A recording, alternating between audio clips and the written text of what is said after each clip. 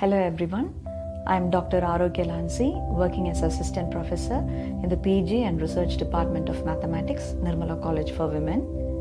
In this module, I have presented about matrices. The term matrix was introduced in the 19th century by the English mathematician James Sylvester. To see the definition of a matrix is a set of real or complex numbers usually called as elements are arranged in rows and columns to form a rectangular array. A matrix having m rows and n columns is usually denoted as m by n matrix. Here I have given an example where there are 2 rows and 3 columns, and this matrix is represented as 2 by 3 matrix. Next we have the definition of a row matrix. A row matrix consists of a single row. So for example, there is a single row with 4 columns.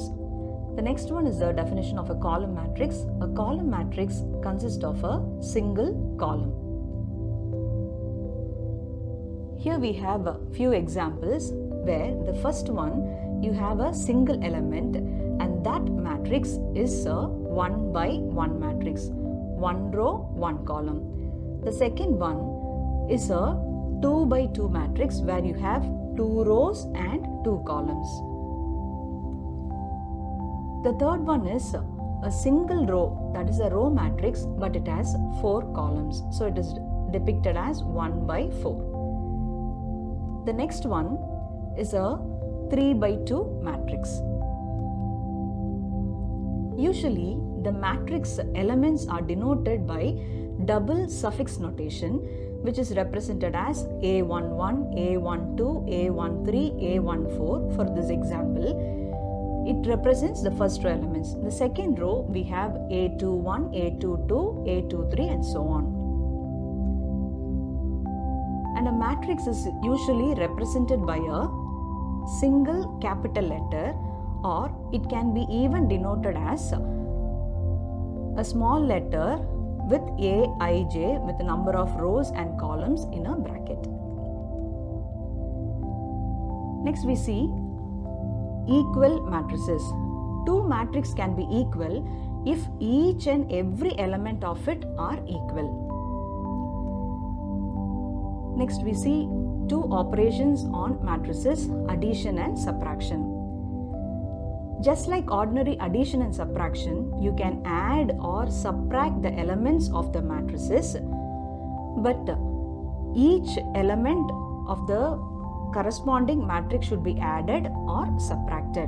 For example, here I have given 2 matrices, and you should check that all the order of the matrix whichever you add should be equal. Next we have the multiplication of matrices. Here the multiplication of matrices, we have a scalar multiplication and multiplication of 2 matrices. For example, I have given a scalar multiplication of a matrix. 4 is a scalar which is multiplied with a matrix, and you multiply that element with all the elements of the 2 rows and 3 columns, and is usually denoted as k into Aij is equal to k into Aij. When you multiply 2 matrices, the column of the first matrix should be equal to the number of rows of the second matrix. Here we have an example. If A is a matrix with m by n and B is a matrix with m by q order, then the product C will be having an order n by q. The next one is a transpose of a matrix. If a new matrix is formed by interchanging the rows and columns, the new matrix is called the transpose of the original matrix. Here I have given an example where a matrix A has 3 rows and 2 columns. When you take the transpose of it, it turns into a matrix having 2 rows and 3 columns. Next, I have given the definition for a square matrix and symmetric matrix and skew symmetric matrix. A square matrix has the order of rows and columns to be equal. So, a square matrix will be of order m by m. A square matrix is called symmetric if Aij is equal to Aji, that is, the matrix and its transpose are equal. For a skew symmetric matrix, Aij will be equal to minus of Aji. Then we have the definition for a diagonal matrix. A diagonal matrix is also a square matrix with all its elements 0 except those on the leading diagonal. Next is the definition for a unit matrix. A unit matrix is a diagonal matrix with all the elements on the leading diagonal being equal to unity. And as we know, a matrix multiplied with a unit matrix will be the original matrix A. The same way, when you multiply a null matrix with any matrix, it will be equal to a null matrix. Next, we have the definition for a singular matrix. Every square matrix has its associated determinant, and a determinant of a matrix is equal to the determinant of its transpose.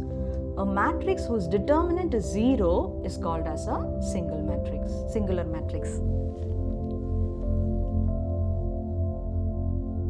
Now we have the definition for the cofactors.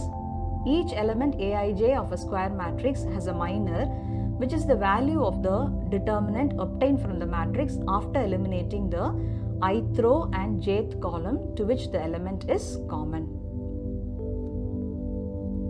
Next, we see the definition of the adjoint of a square matrix. Let square matrix C be constructed from a square matrix A, where the elements of C are respective cofactors of the elements of A. And so, it is denoted as C is equal to the matrix Aij. Then, the transpose of C is called the adjoint of A, and it is usually denoted as Adj of A. The next is the definition for a inverse of a square matrix. The inverse of a matrix is denoted as A inverse is equal to adjoint of A divided by the determinant of A, and it should be noted that always the determinant of A should not be equal to 0. The main use of the matrix can be applied for solving the simultaneous linear equations. Here I have given a set of simultaneous linear equations with n unknowns. This set of equations are written in matrix form with the coefficient matrix with x and with a constant, and it is represented as A into x is equal to B. The same notation I have given here as the matrix A into x is equal to B, and then pre-multiply on both sides by A inverse will give an answer as identity matrix into x is equal to A inverse into B, and hence you can obtain the solution x matrix as A inverse into B. Here I have given an example using elementary row operations to solve a system of linear equations. Here I have taken a linear system of equations with 3 unknowns. Here we get an associated augmented matrix. Augmented matrix will take A and also with the constant matrix B. Now the first elementary row operation is done. After the elementary row operations, we get this matrix.